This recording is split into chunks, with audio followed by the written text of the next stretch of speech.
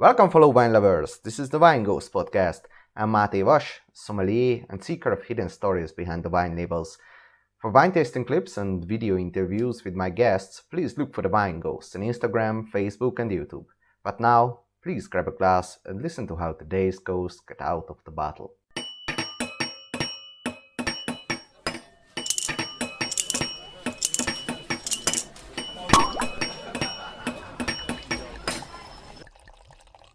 The following Wine Ghosts podcast virtually goes into the Kamptal region of Austria and hosts Lorenz Allram, the young winemaker behind the Allram labels.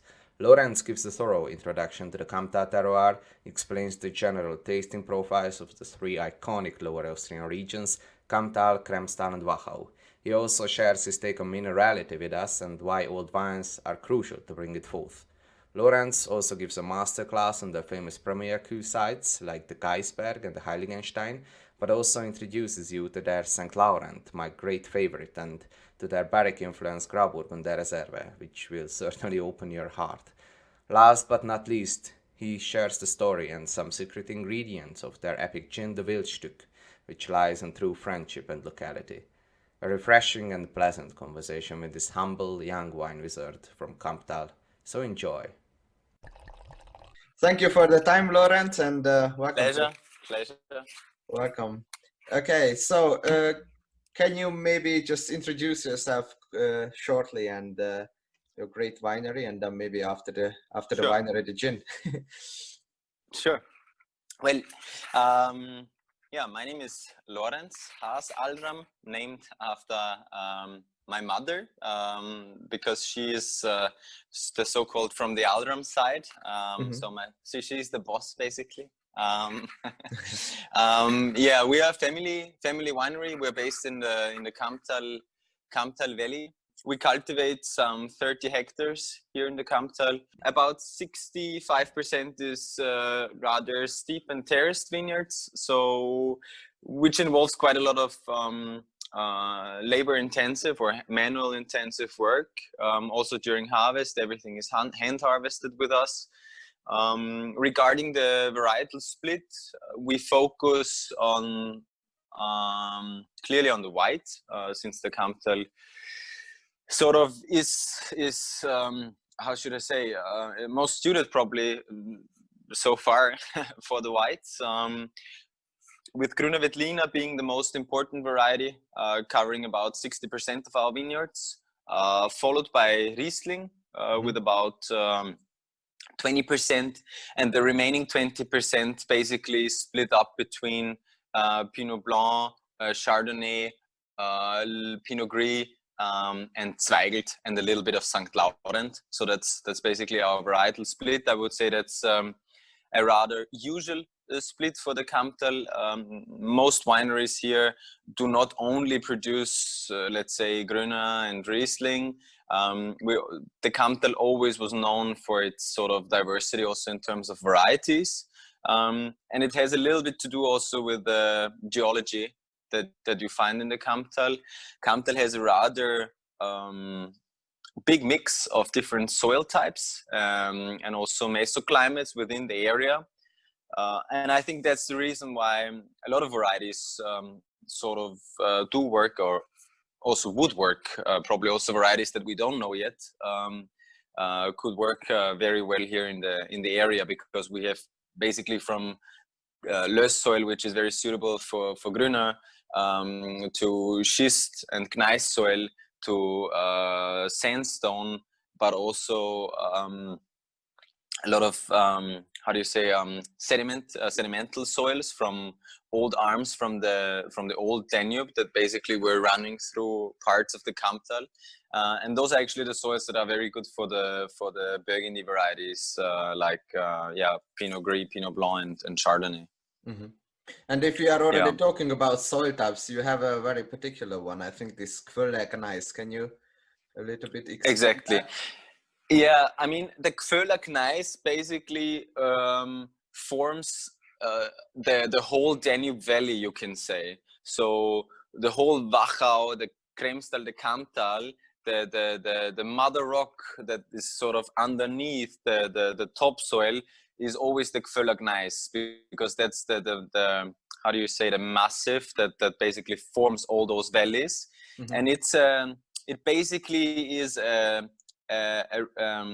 leftover of the so-called Varistic mountains that in the past were running through basically the whole continent, and they were about almost as high as the Himalaya, and that due to erosion over the past years, basically the Gföllögneis is the very bottom. That's what's left with us. So the primary rock, basically, right? Exactly. How high is actually the topsoil? Okay, that really depends. So you find parts where you really have like maybe only a few centimeters and you reach the Gföllögneis. And then there's other appellations where you have a very thick layer of löss on top of it, which can be sometimes up to 6-7 meters deep.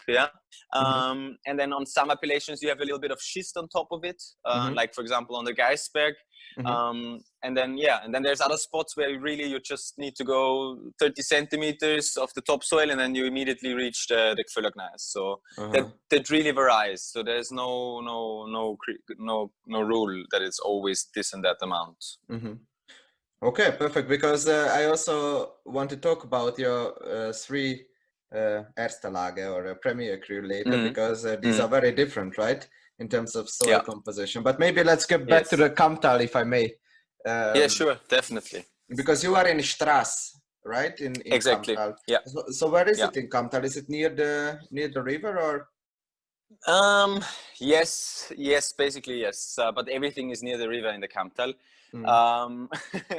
No, but Strass basically used to be actually our own viticultural area known as the Strasser Tal, which is basically a small side valley of the Kamptal, which goes parallel to the Kamptal towards the north. So it's south-north or north-south, however you want to call it. And it's a small side valley that basically lies parallel to the Kamp river. And if you look at it geographically on the map, it's basically in the northeast of the Kamptal, looking at it. So we are basically bordering both the Weinviertel and the Wagram area, the Strasse area. And Strasse in total covers about 560 hectares. So it's quite a substantial part of the whole Kamptal with 4,000 hectares. The whole Kamptal, and about 550 is the area of Strass.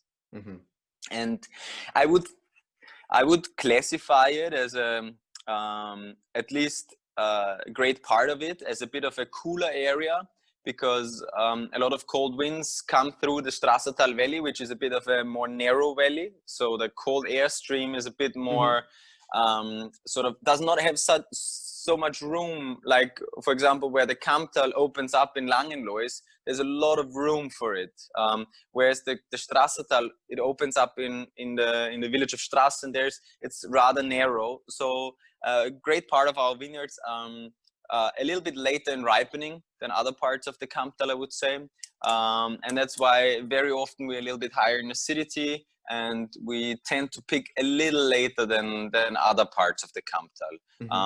Of course, there's also other stands of the Kamptal which are equally cold, like for example the area of northern Kamptal. But for example, Langenlois and Gobelsburg, Hadersdorf, Kammern, they're much warmer spots than Strass, for example. And all your Premier Crus are located in this valley?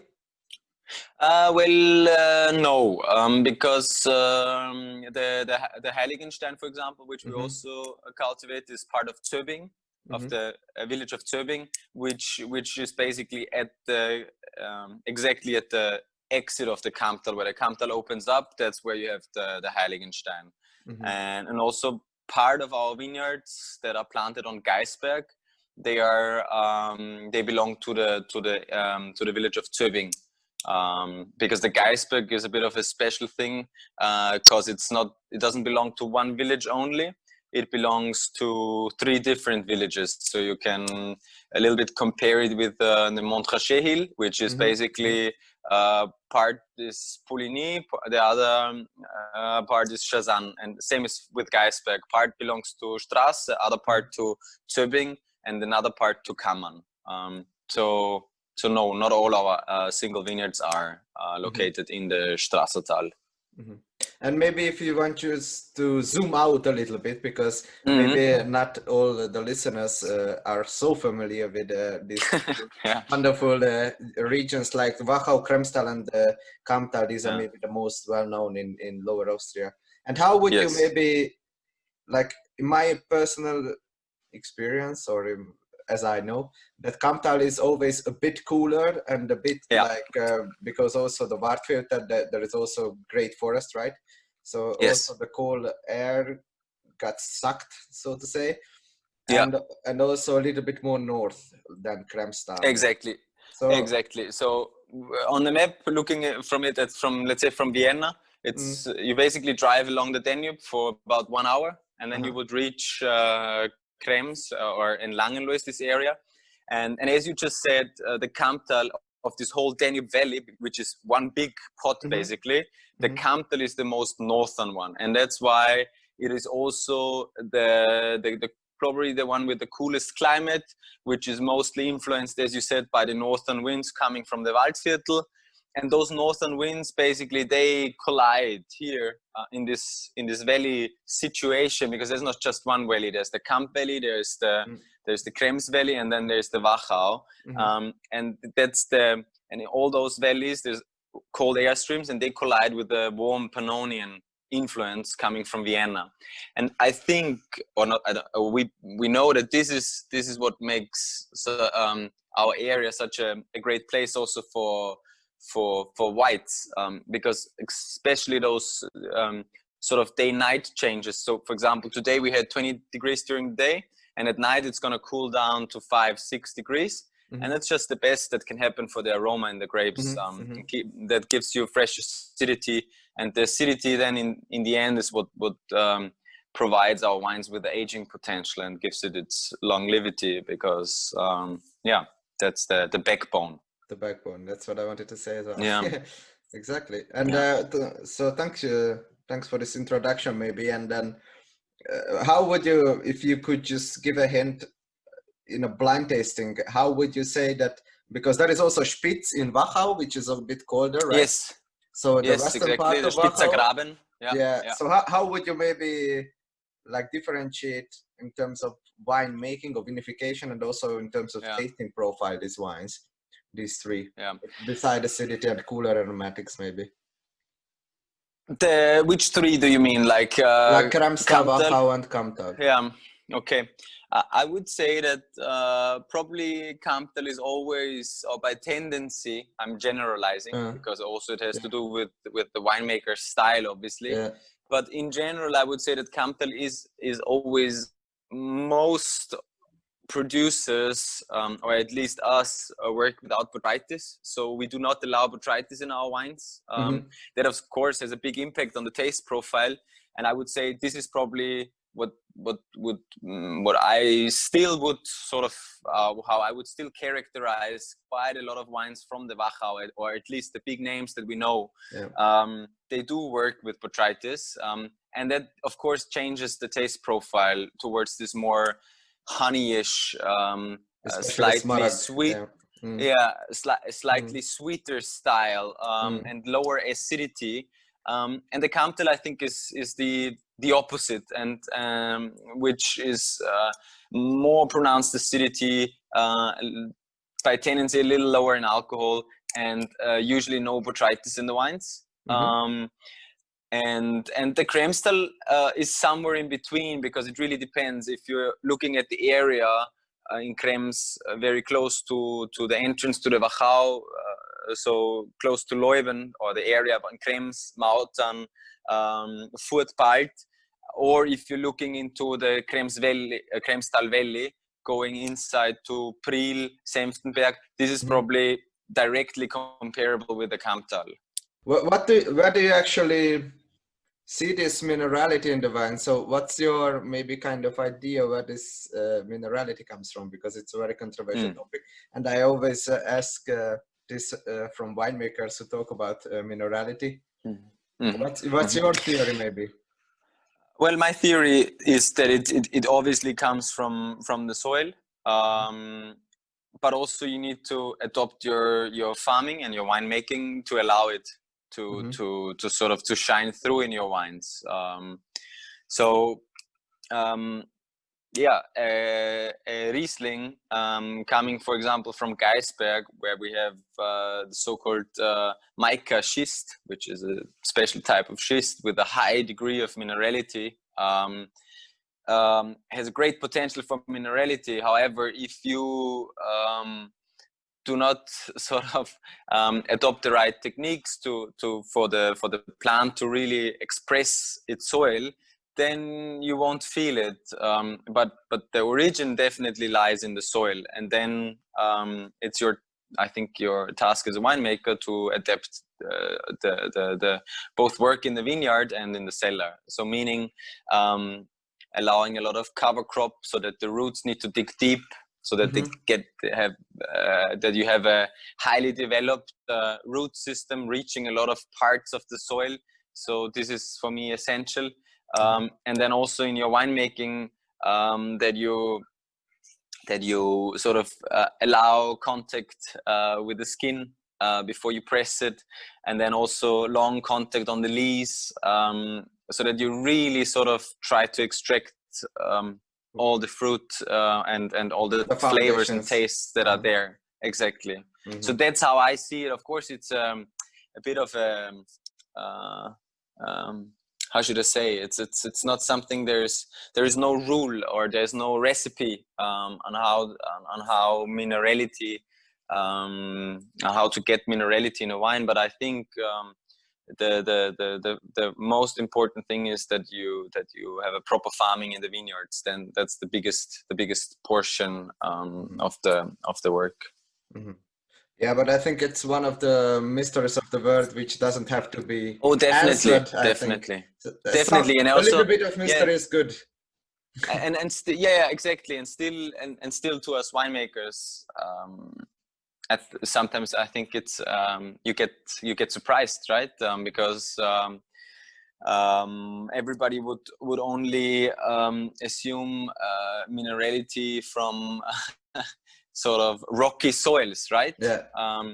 But very often that's not the case, because the for example a lot of gruners from our area coming from less rich soils with high content of chalk in it, they show extreme minerality. If you pick at the right time, that's also, I think, a very essential thing. I think if you either pick unripe, so too early, or if you pick overripe, meaning too late, that you go into this overripeness where you have the botrytis developing, this of course is covering up some of the more subtle taste, because terroir or the expression of soil is probably in a young wine, when in its youth, very hard. It's very, I think you need to be very sensitive and careful in your winemaking to really be able to express this already in a young wine.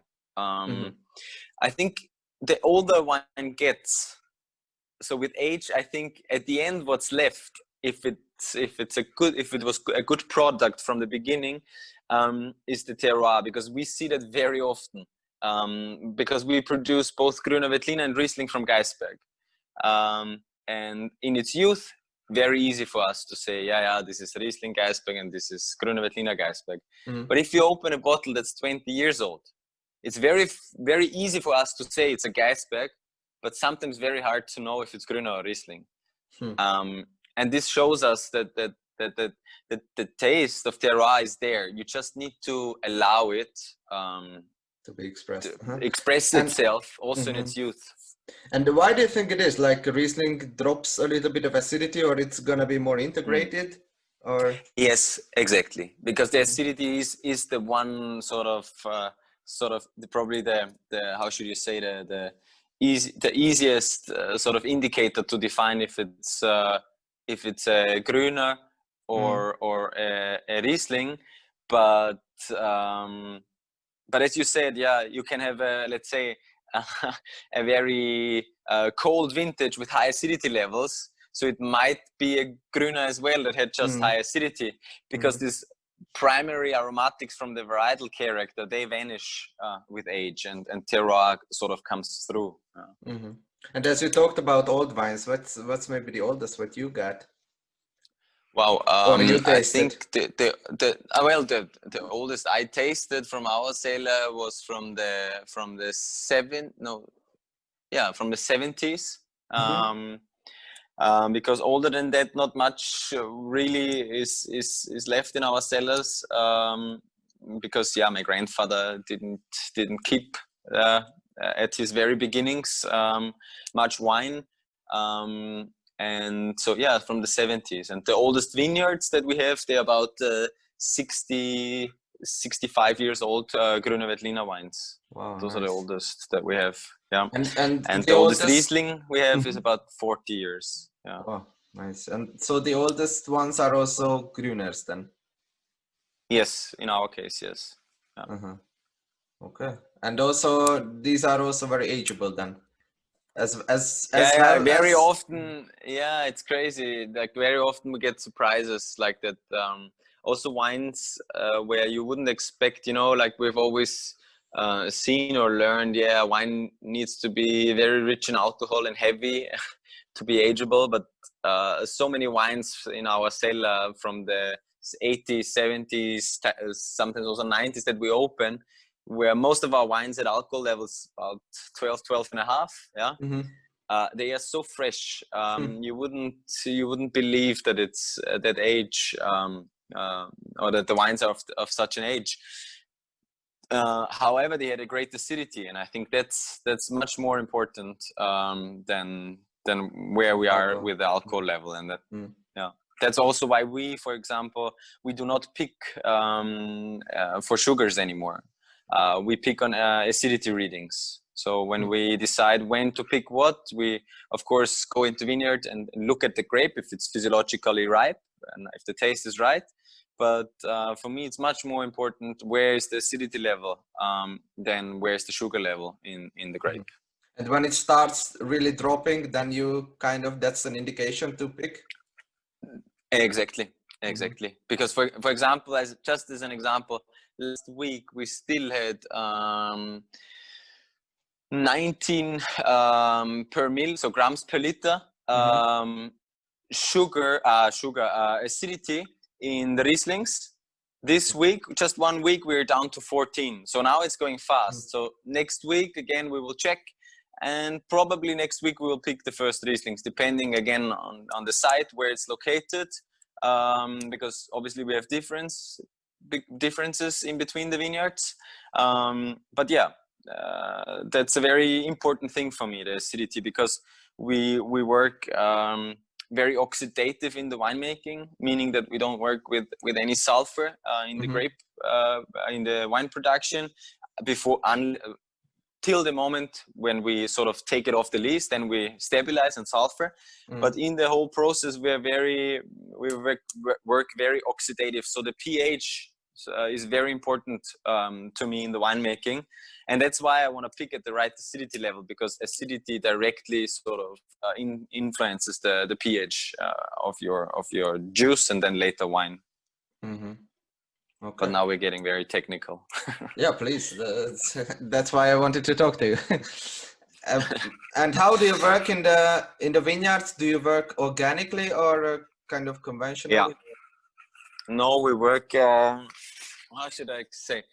Basically, since 15 years. So since my father is running the vineyards, we're working basically in terms of how we treat our soil. So in the soil management, we work organic.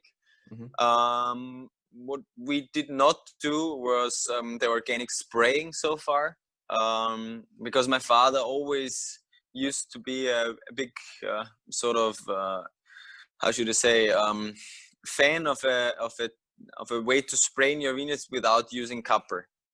And as we all know, copper and sulfur are the two very effective sort of still sprayers that are allowed in organic farming. And that's basically what always held my father back from making the last step towards being a certified organic producer, because he said no, because if it's a really tricky year, a very rainy year, I want to have the security to also to sort of rescue my crop. Since I joined now in 15 was the first vintage I worked at home. We sort of experimented also with the organic spraying and doing more and more every year.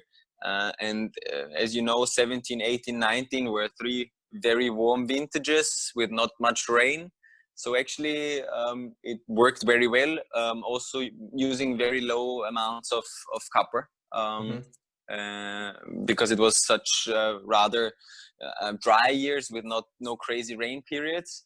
And last year we basically signed the contract for becoming an organic grower. So we are now in the process of changing to officially being a certified organic producer. But this year was a challenge, I have to say. We had a lot of rain. It worked well, and we are very happy with the results. But yeah, it was definitely a challenge. And but I think there's a lot. I think there's a lot of a lot will change also in the sector. Regarding what sprayers will be allowed and not allowed, because I think there's a lot of very good substances like the phosphonates, for example, which were allowed already one time. Then they again said no, they are not allowed anymore. But I think they will again be allowed for organic growers to that we can use them again. Okay, I'm excited. Honestly, it's for us, it's like for the most important thing, and I think for most wine growers is really how they treat the soil, and that you have a healthy soil, because the healthier your soil, the more healthy your plant will be, and the more resistant your plant will be against the fungus diseases. So that is the key for in my opinion. And then with the spraying, I think you just need to adapt basically on how the vegetation is and how the vintage is. And 2022 will be your first organic vintage, right? Exactly. Yeah. Exactly. We already touched upon the vinification, but do you also work with the native yeast mostly, or is it varied? Or yes. We have so basically we work with the native yeast from the vineyards, so meaning that we do not inoculate our wines. However, I'm pragmatic, so if I see that there's a tank does not start fermenting, then the first step that I would do, I would take a bucket of a tank that's fermenting nicely and where I like the aroma profile. And if this does also not work, then I would inoculate. So very frankly speaking, because I think the how should I say, the native yeast, so the fermentation, then the so-called natural fermentation without inoculation. Very often it's not the yeast from the vineyard that does the job, but it's one of your yeasts that you have already around, in your cellar. And I think for me it's more about how the fermentation in general is going, because if you do not inoculate your wines, so if you're not adding yeast, you will have much longer, smoother fermentations, taking much more weeks compared to a classical sort of standard fermentation where you inoculate with yeast. Then most of the time it's done within 1 to 2 weeks. And I'm not a big fan of too fast fermentations, because then the ferments tend to become very hot, very warm. You need to cool them down a lot, and this is something that gives stress to the yeast. And I think that this is not the ideal case. The ideal case is to ferment very long and slow ferments. We also, as I said, we are not. Our winemaking is very primitive, I always say, because what we do is we take the whole clusters, we press them, then the juice is transferred by gravity to a tank. It settles overnight, and the next day we rack it off, and then to the tank where it should ferment, to the cellar, and that's it. There's not much more to say, because most of our juices which we use for the fermentation, they are also not very clean. So we have still a lot of particles in it, exactly. But we also need them, since we go for natural fermentations. They need more sort of stuff to hold on and to get nutrients from. Okay, but you also sometimes work with bigger barrels, right?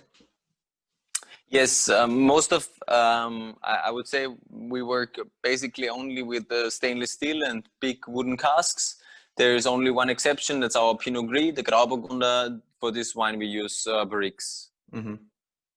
Yeah, that's but all the other wines are fermented in stainless steel or big wooden casks. That's also one of my safest choice in my pocket. If I have to recommend the wine to a guest, that's always a safe choice. That's a very well-made wine. I'm happy to hear. And also, maybe if we can just now talk about the main differences between these two beautiful sites that you have, maybe in terms of taste and why is it maybe differ?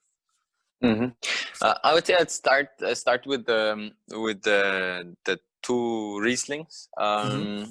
One Riesling, as you know, we produce from the vineyard called Heiligenstein, and the other one from Gaisberg. Gaisberg is our oldest Riesling vineyard that we have, and we also have not just one vineyard up on the Gaisberg for Riesling. It's a big it's 5 individual parts, and great part of the Gaisberg also forms our village wine, the Riesling Strass.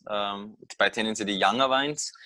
The soil on Gaisberg, which is a mica schist soil, so it's a type of a schist, and underneath you have the so-called Gföller Gneis. So it's a very porous type of schist, so it's really easy to break apart, and has, for me, a very high degree of minerality. It is our vineyard, which we use for the single vineyard, is facing southwest, but probably more west than south. So it has exposure-wise, it is not super warm, but gets most of the afternoon sun. The soil on Heiligenstein is this so-called perm, which is named after its earth time. Perm is a period of time, and it's basically a desert sandstone with volcanic components in it. If you look at it from and the exposure is south. So our Heiligenstein vineyard is south exposure. Most basically pick at the same time, those two vineyards. So we have a slightly higher degree of ripeness there, but also a bit lower acidity due to its more southern exposure, and it's a bit of a warmer appellation compared to our Gaisberg. And the Heiligenstein, this specific soil, always for me brings such a very unique dark smoky minerality with it. It's basically when you take a lighter, this firestone, when you smell it, it's slightly burnt stone. This for me is one very typical characteristic of the Heiligenstein, especially if it gets 2-3 years of age. This very clearly comes through. And the Gaisberg for me is always the more, how should I say, the more classical appearance of Riesling that we would have in mind. So with this stone fruit, vineyard, peaches, apricots, this is more for me, the taste profile of a Gaisberg. and then in its age, the Gaisberg always gets this beautiful eucalyptus taste, very fresh actually when it ages, and whereas the Heiligenstein becomes very smoky, dark minerality and slight hints of petrol. So this is very different, and this is actually what's so fascinating for us, because those two sites, they are maybe 400 meters apart from each other, but do produce so different wines, even though we work identical both in the vineyard and in the cellar. Well, you just sold me actually the Heiligenstein. I can't wait to taste them. I haven't tasted yet, but this is the kind of tasting profile I really like. I also come from the Lake Balaton, and that's, I don't know if you know these wines, that's on the northern shore. Yeah, sure, I've been there. Ah, perfect. Okay. So you know these wines kind of. This is also very basalt-like soil, this really dark minerality, and that's the stuff I grew up on. So I like this. Yeah, and if you want to see a tendency, for me, Heiligenstein always needs at least 1-2 years longer to really show its full potential. Whereas Gaisberg for me is more approachable already in its youth compared to the Heiligenstein. And yeah, I mean, the Heiligenstein is definitely the, how should I say, probably the star and the more known and more famous appellation. But since I'm always a fan and supporter of the underdogs, I'm a personal fan of the Gaisberg. So I really love the precision and the high degree of freshness and acidity of the Gaisberg, which I think is very special about it. Okay, thank you. And what about the Renner? But we never agree in the family, though. Maybe, and that's also maybe varying from vintage to vintage, right? Yes, exactly. That's why I always find it a bit amusing that every year, no matter at which producer you look, the Heiligenstein is the best Riesling in the portfolio. If you want to believe the ratings of magazines, let's put it like that. Yeah, that's somehow come up to be first, right? It's kind of written. Yeah, exactly. Yeah. And can you tell us a little bit about Renner, because there you produce Grüner? Sure. Right? Yes, Renner is actually a very, for me, a very interesting spot for Grüner Veltliner, because it's a bit atypical. The Renner basically is also part of the Gaisberg, because what I didn't mention is the Heiligenstein for me is one soil type where you have the Riesling planted, with the difference, of course, that you have some vineyards which are a bit higher up, closer to the forest belt on top, and other vineyards which are more on the bottom where the soil gets a little richer. So also the wines tend to be a little bit richer from those producers that produce or have the vineyards more at the bottom. With Gaisberg, it's different. Gaisberg, the whole hill basically is planted, all sides basically. The east-facing sides, the south side, and also the west side. Only the north side isn't planted because it basically reaches the plateau. On the north, so on the Gaisberg you have different soil types. The part looking towards the east and southeast on the bottom is very rich in löss, and underneath you have the schist. That's where the Grüner Veltliner is planted. The upper part, so the upper belt and also the plateau on top, that's where you mostly find Riesling, because there you have almost no topsoil, and immediately you have the schist starting. And also the west side is very meager, so not a lot of topsoil and mostly planted with Riesling.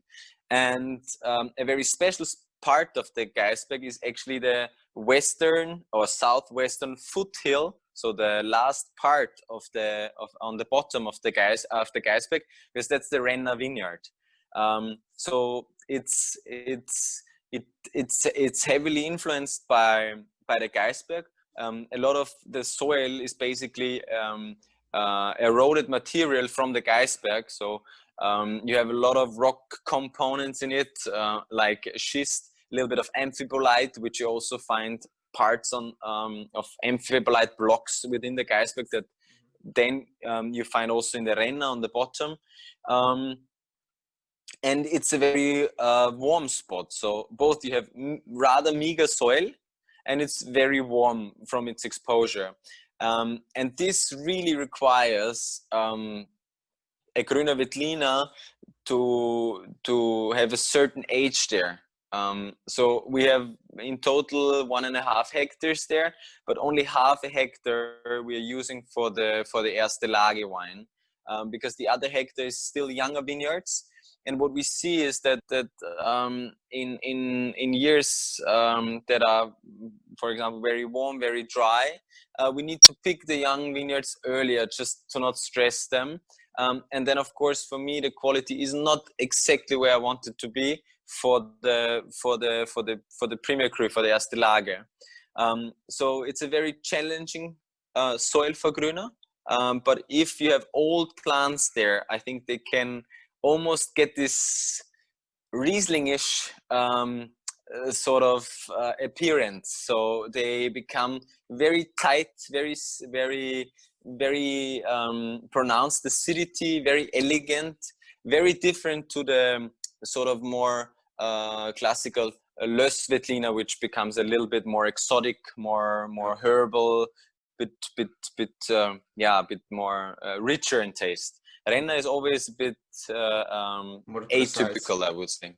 Yeah. Yes, and then it's a bit like same comparison with Riesling, Gaisberg, and Heiligenstein. Renna Grüner Veltliner compared to Gaisberg Grüner Veltliner always needs this 1 or 2 extra years to really show its full potential. And I think it really has to do with this more sort of meager, challenging terroir that we find there. Mm-hmm. And that 1 hectare, what you use for the Premier Crus, how old are the vines there?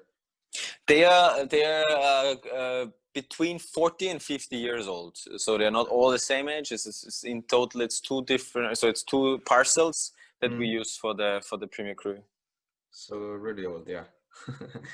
yeah, rather old. And the young vineyards, they're about 10. They're some 10 years old, but yeah, I mean, they still end up in the village wine, in the village appellation. And what is maybe your favorite kind of profile that you look for in a wine? Also nationally, in the country, or in Austria, or internationally? Because I guess you traveled a lot in the world, so you've kind of picked up some tastes or tasting profiles, what you really like, or maybe what you aim for, and that's actually doable in Kamptal. Well, personally, I have a tendency to more elegant, acidity-driven wines, no matter if it's white or red. So obviously I love some of the German Rieslings.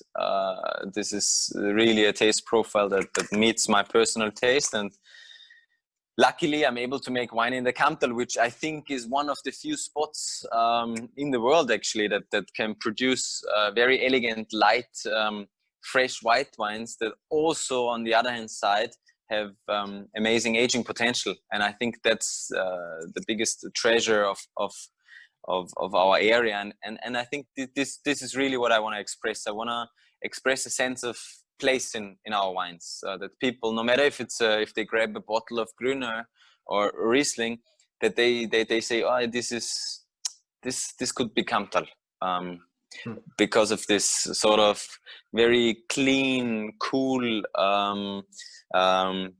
sort of appearance of the wine. Not too aromatic, not overpowered by varietal character and fruit, but more on this sort of subtle sort of flavors and nuances. That's what I personally like. So not a big fan of overly aromatic wines. I like it if it's more, if wines are more settled. And I think that's also what we are great here in the area, because we really make food wines, I think, that pair well with food because they're not overpowering. And what do you really pair? Maybe also some local cuisine with your wines. What do you have, some favorite pairings where you, okay, that's Sunday, I have some time, what's gonna do? Yeah, I mean, I think if we get nice fresh fish from one of our lakes, that's probably for me always the perfect match with a nice slightly aged glass of Grüner. This is something that I really enjoy. Or Riesling. This is probably one of my favorite pairings. And then, yeah, I mean the classics. Obviously, I mean a good schnitzel with a nice fresh younger glass of Grüner Veltliner is always also a nice option.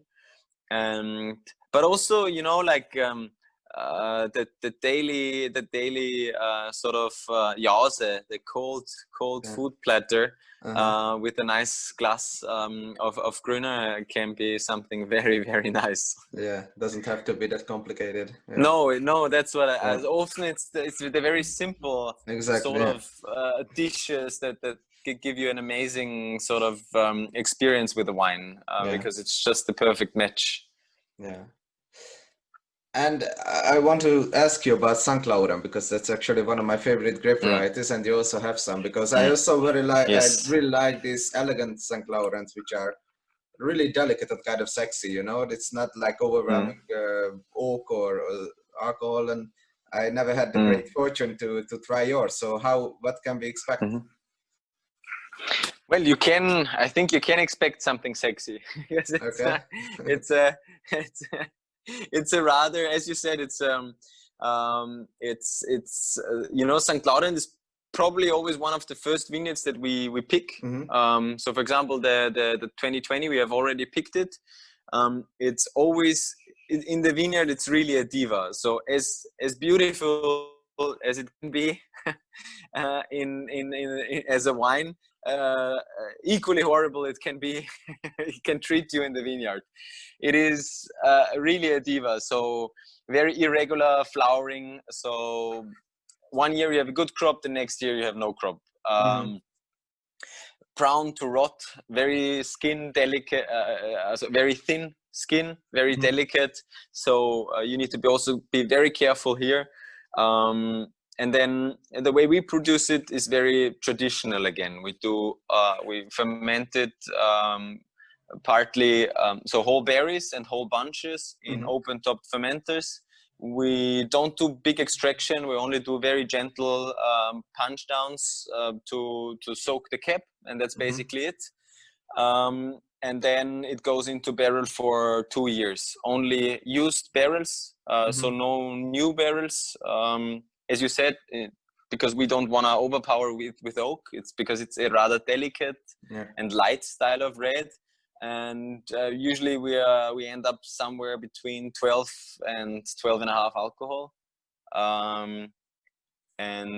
but great acidity. And as it's the same thing as with our whites. The acidity is what provides the wine with its backbone for aging and character, and not the alcohol or the oak or whatever. Okay, you just sold me this wine. I will try this for sure. And also about this maybe Chardonnay and Grauburgunder or Pinot Blanc and Grauburgunder, how because you said Grauburgunder is handled in a barrique, right? And Pinot Blanc. Pinot Blanc is fermented and aged in big wooden casks. Okay. So 3,000 liter neutral barrels. Yeah. So no oak influence exactly. And the same is true for the Chardonnay. Really, the Pinot Gris is the only one where we use on purpose some oak influence. And yeah, it has to do with it was a process. The Burgundy varieties were mostly planted all by my father when he joined basically my mom in the company. My dad comes from the Wagram area, and there let's say the varieties like Weißburgunder, Chardonnay were always a bit more common than so that basically was something that he brought when he basically took over with my mom, and we have a lot of great spots for those varieties. And I think that is why you see not just us, but also other wineries from the area producing very great examples of Pinot Blanc and Pinot Gris or Chardonnay from the area. And with the Pinot Gris, it was a bit of a process. My father said to me, because he said when he first made it, he didn't know really and first he started with this very light style, you know, Pinot Grigio back then in the 90s when my parents took over was very much in fashion, and nobody wanted it, he said. Nobody wanted it. And then he said, okay, he needs to change something. Then he was made more like a classical Grüner. But then also this was a bit tricky because, you know, if people are looking for a classical Grüner, they buy a Grüner, not a Pinot Gris. And at some stage, he said, okay, what is really what I like, also internationally seen when I think about Pinot Gris and Grauburgunder. And it was more this sort of style that they used to do. They also do in Friaul or parts of the Alsace, where you use some oak influence, but not overly, not like heavily oaked. And a more full-bodied, richer style. And this was the perfect sort of way or method in the end, because that people really started appreciating this taste. And also, I think for my dad, this was the right way, or it felt the right way for him, because it was the way he liked the wine the most. And meanwhile, it's become almost one of our sort of icon wines at the winery. Yeah, and that's actually when I first smelled it, I thought it had some botrytis on it, but now you said it's no botrytis. No, actually there's no botrytis with, because it was so spicy somehow. Yeah, no, I mean, of course, I mean, if it's 2% botrytis berries, this could be, but we're not working with botrytis there. So so luckily, even though it's a rainy vintage this year, they are still very healthy, the grapes. But from the first moment where we see, okay, now it's starting, we pick it, because botrytis, you know, on the Pinot Gris, we go straight from press to barrel. So we do no sedimentation. We just straight go to barrel. So we take a lot of the particles and skin parts with us. So it would be a very risky thing if you have botrytis with it, because then the whole microbiology gets a little bit tricky, and then also you need high amounts of sulfur, which we don't want, and that would be in contrast with what we want to do. Thank you for the little introduction of the portfolio. That was really impressive, I think. And all your wines I open with a great confidence. So thank you. And happy to hear that. But now I want to talk about the gym, because that's also a very great project, of course, and probably also love of yours. Yes. And actually, I looked up a little bit about the story, because but let me hear from you. Yeah. So actually, the gin really happened to us, you can say. I mean, I did my master's studies in Madrid, and there probably on every second corner you find a small bar, and each bar has a big portfolio of gin, and everybody drinks a lot of gin and tonic there. So as a student, I couldn't come around the gin and tonic drinking there, and I really sort of fell in love with the product gin. And when I came back home, basically, more or less the same thing happened to my best friend during his studies. And then we became big gin lovers, the two of us, basically. So we went to a lot of places where they had a great selection of gin. We tried a lot of gin. We obviously also had we still have our big private portfolio of different gins from all around the world. And you know, it then was one of those days where you sit together for a little longer, and then you come up with those great ideas. And it really was like, I still remember his sentence. He was like, come on, man, Lorenz, you can make wine, why can't you not make a gin for us? And I was very self-confident in this moment. I said, of course I can, no problem. And that's basically how it started. And it actually was not that easy as I thought. It took us 1.5 years to really come up with a great recipe that we loved, both of us. And then we only made it for us and some friends, and we gave it away as a present, but we never had the clear plan to really sort of start marketing it. And so also this happened a bit like a coincidence, because good friend of mine also is one of our wine distributors in Austria, and I gave him a bottle as a present basically. And the week later he calls me like, "Use gin?" I said, "Yes, we make this gin." I think we would love to sell this in Austria. Could you imagine making more? And that's how it started. And then we talked obviously together, because also my best friend, he has a full-time job just like me in the winery, and I said, okay, let's do it. And then we came up with a name, a branding, and all this. And now 4-5 years later, we are very happy with the result and also the way our product is positioned. We are very confident. Perfect. And to maybe just go back to the beginnings, what did you study before you joined? I basically went to on high school level to winemaking school in Krems, and afterwards I studied business.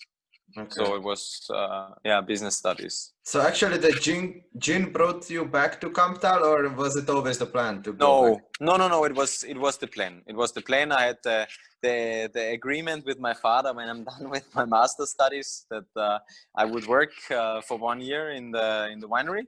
And after 1 year we will again sit down and see if we are both happy, and if I want to continue, or if maybe I work somewhere else for a couple of years and then maybe come back.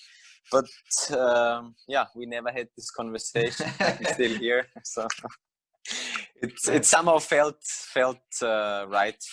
I mean, I was always a person that was always interested also in other stuff, but deep in me, I think, I somehow always knew that I want to be in the wine world at least, and I think I'm very glad that I have the possibility of doing. It's a privilege. I see it as a privilege, and very happy that I could take over this with my parents. It's good to hear. And who is your friend? Who you are making with this? Marco. He's basically he's a friend since forever. I think since we played soccer together when we were like 16-17 years. And since then we're best friends, and luckily it never changed. And you also had a clue about winemaking, or? Not really. He's meanwhile a big wine lover because of me.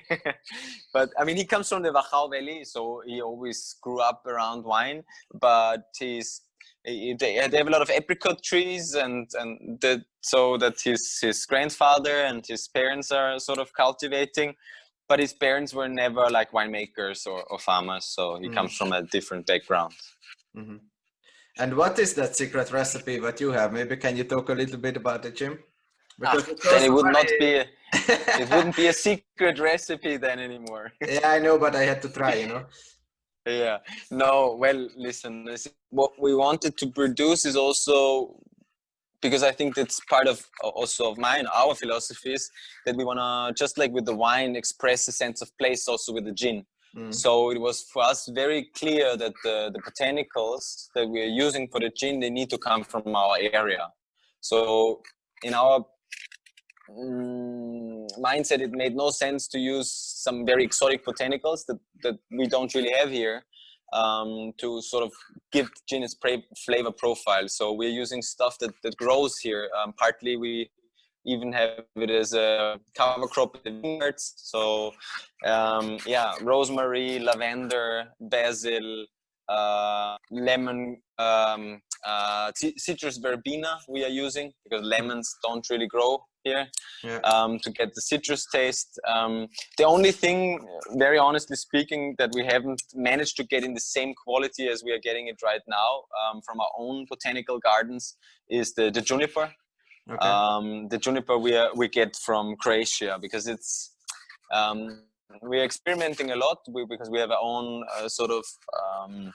small like botanical garden in the Wachau, where we experiment with it on the stone terraces with juniper. But you need a lot of heat and sunlight to get really nice concentration of the juniper. But apart from the juniper, basically everything comes from our area and forests and vineyards. And what I can also tell you, there's a little bit of apricots in it. I mean, that was something we couldn't come around as being from the Wachau Kamptal area. And how, because you never made gin before, right? That was also your first gin. Yeah, it was the first spirit that I made or that we made. So how did you come around? So you just start to read a lot about this and kind of I mean, obviously during my education you had a little sort of introduction and crash course on how spirits are produced, and the very basics. And a good friend of my father was a fruit distiller, so spirit producer from apricot spirit and from pears. And I always used to help, so I knew how it's working.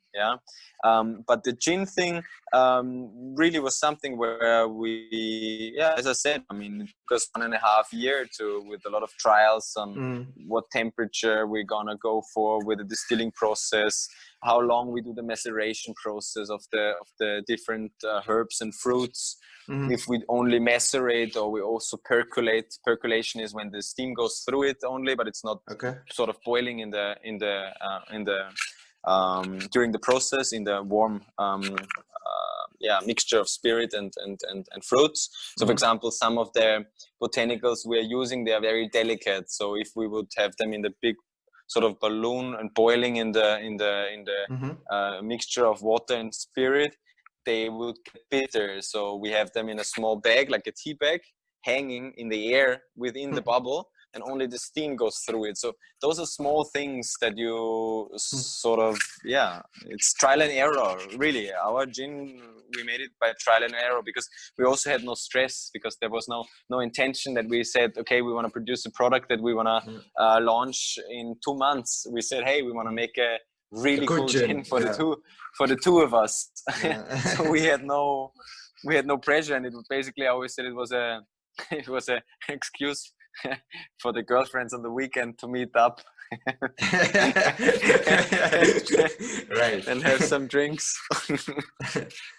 But it's good to hear that you also like kind of that style of wine what you can produce, right, in the Kamptal region, or that's what you drink in your free time, and that's you also produce the gin what you have in your free time, and that you had the opportunity and also a partner for it. So that's also no market pressure, no shuki. Oh.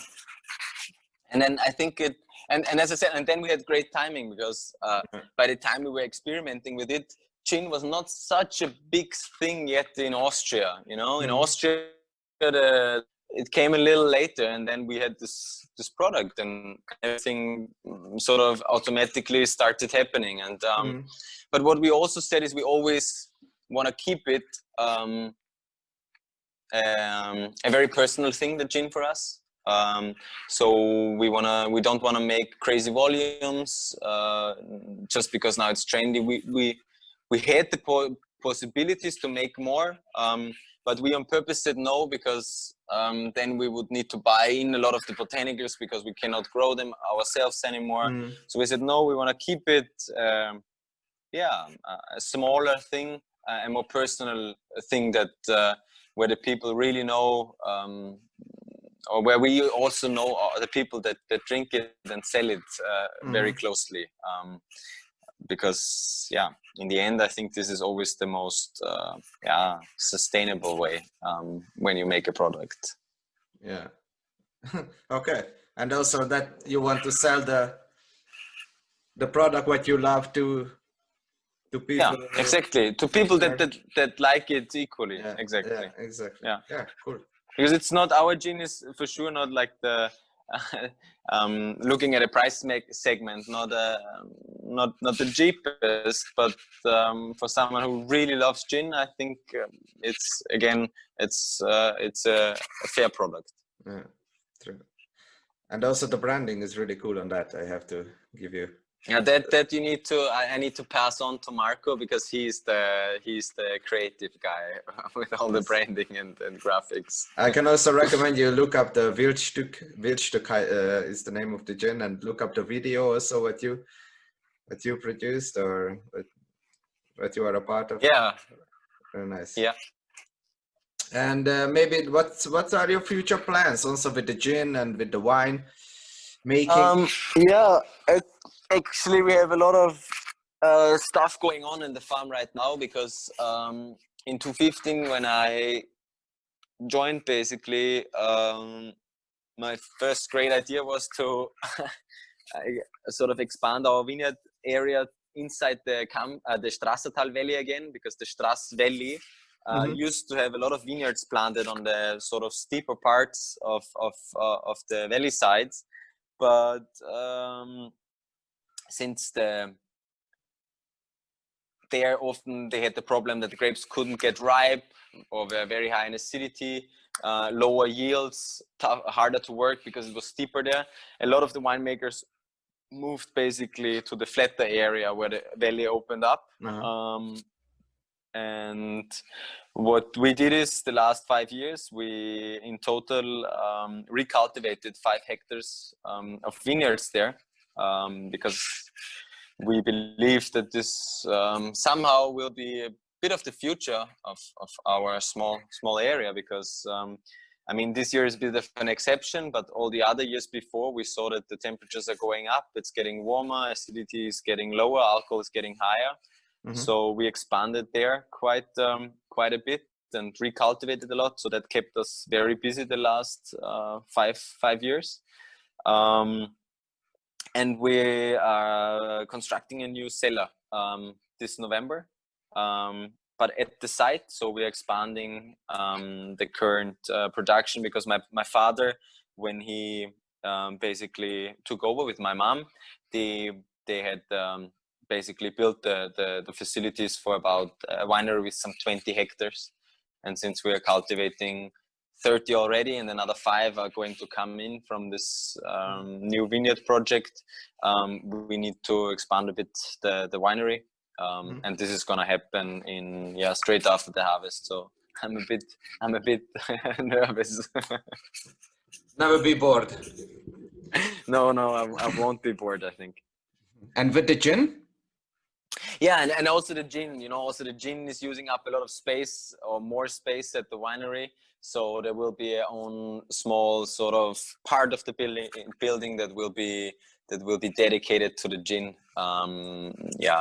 Just to have also a clear own home of the gin, because right now gin and wine, there's like one pellet of wine here, and then there's a bit of gin, and then there's it's a bit chaotic currently. Yeah. And do you work on maybe another recipe, or do you want to keep this and this is the best? No, I know this is we get this question obviously a lot also from clients, partners, friends, but we said how should I mean, first of all, I say never say no, because maybe we get the feeling that we're interested in something, and then we might try out something.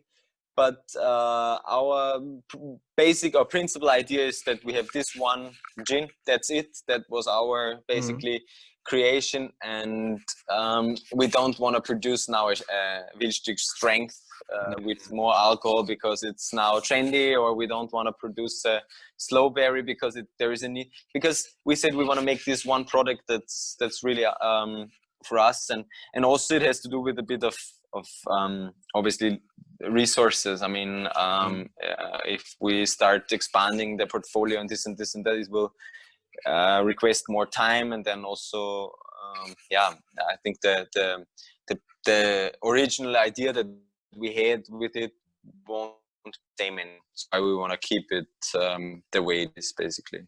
Mm-hmm. And how do you usually drink it? With what? With which tonic or with which combination? I mean, in general, I haven't mentioned this. So our idea actually, when we produced it, also was that it is a gin that also you can enjoy pure, so that you also would appreciate pure, because we felt that a lot of gins were made only for being mixed, because pure, they were not really nice in the way they felt on the palate and in the aroma spectrum. So that's one thing that we always wanted to have, that our gin, when you drink it room temperature, it's still smooth, nice, and a qualitative, high quality spirit, basically. And that's why when you mix it with tonic, we recommend always a tonic that's not too sweet, so a rather dry tonic, and with what we found very nice with it is, for example, the Aqua Monaco tonic. That was one of our personal favorites. It's a small tonic producer in Bavaria, and maybe from the big brands, the very known brands, probably the Fentimans is a very nice match, because it has this very citrusy taste, and since our gin doesn't have a lot of those Mediterranean citrusy sort of also flavor components, since they don't grow in our area, this is a nice complement, exactly. And the garnish, a lemon zest, and that's it, not too much, because then the more you put in, the more you sort of lose the original taste, or the less you will taste of the original gin. I mean, gin tonic can also be can be it can be in bars, the way they prepare it, and with a lot of components, and it's a great experience, but then it's not so much, you don't have so much of the original taste anymore. So it really depends on what you want. Okay, well, thank you very much, Laurent. It was a great deep dive into the product, and I don't really want to rob more of your time. Thank you really much. And maybe just one question: how is this vintage? Because every comment I heard from any producer I'm in touch with, they said it's gonna be historical, like in Austria. Well, it's definitely historical, because it's a tricky one. Okay. 2019 was this amazing vintage where everything was easy, perfect summer, perfect autumn. 2020 was different. It was, first of all, we had a very dry spring. Then we were in desperate need for rain, and then we got a lot of rain during flowering and also the period after. So it was already, with regard to vineyard management, a rather tricky vintage. Then summer here, we had not so much sunshine hours, quite a lot of rain during summer.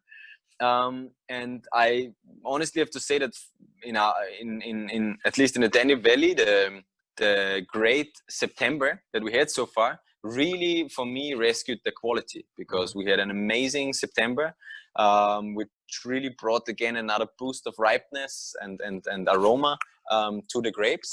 And now we had a bit of rain again, and I think 2020 will be a vintage again where you will see maybe, how should I say, maybe a clearer difference between maybe winemakers that work a bit more accurate and others where not everything is done 100% accurate, because selection definitely is very important, and hand harvest this year. So I think it can be a great vintage, because we have beautiful acidity levels in the grapes. We have great taste profile, a very cool sort of flavors in the grapes. But I think it's not an easy one. I think a high degree of selection is necessary. A very good sorting is also important, and yeah, but the potential is definitely there to be a very good one. Okay, happy to hear.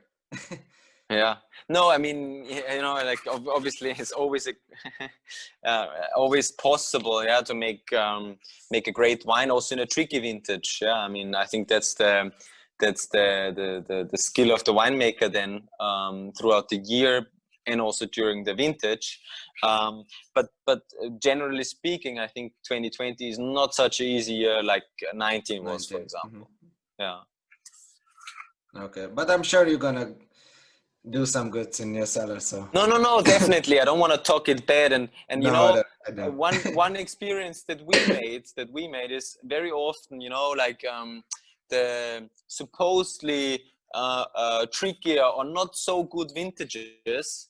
10 years later, 10 years later, they surprise you so much, and then they actually overlap the stars from the young sort of when they were young vintages. So you never can say what's a great. It always depends at what time you are sort of evaluating the quality. Okay, perfect, Lorenz. Thank you very much, really, for your time. My pleasure. It was nice to talk to you. It was nice to talk to you, and I hope to shake hands in the near future. Yeah, definitely. Drink some glasses together. We will either you make it to the Kamptal or I will make it to the Tannheimer Tal. Yeah, please, or both. Yeah, even better. Nice. Have a nice vintage and a great harvest. Thank you. Ciao. Thanks a lot. Ciao. Bye-bye. Did you like this episode and want to hear more? Would you recommend me a new guest or just want to get in contact? Then please leave your rating on iTunes under the channel, or send me an email to the email address in the description, or contact me in the wineghosts Instagram or Facebook site. See you next week and keep on enjoying the